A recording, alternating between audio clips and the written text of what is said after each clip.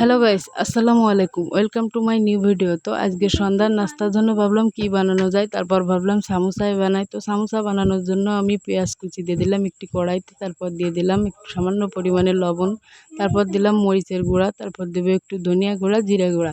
এগুলাকে দিয়ে আমি ভালো করেই নাড়িয়ে নেব। হ্যাঁ, আমি সামোসার পুরটা কিন্তু আমি ডাল দিয়েই করছি। তো ডালটাকে দিয়ে আমি ভালো করে নাড়িয়ে নেব। ভালো করে নাড়িয়ে নেব, যে পুরটা রেডি। এরপরে আমি সামোসার শেপটা তৈরি করব।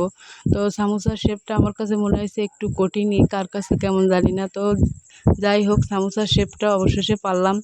তো সামোসাটা আমি একবারেই পুরটা দিয়ে রেডি করে নেব।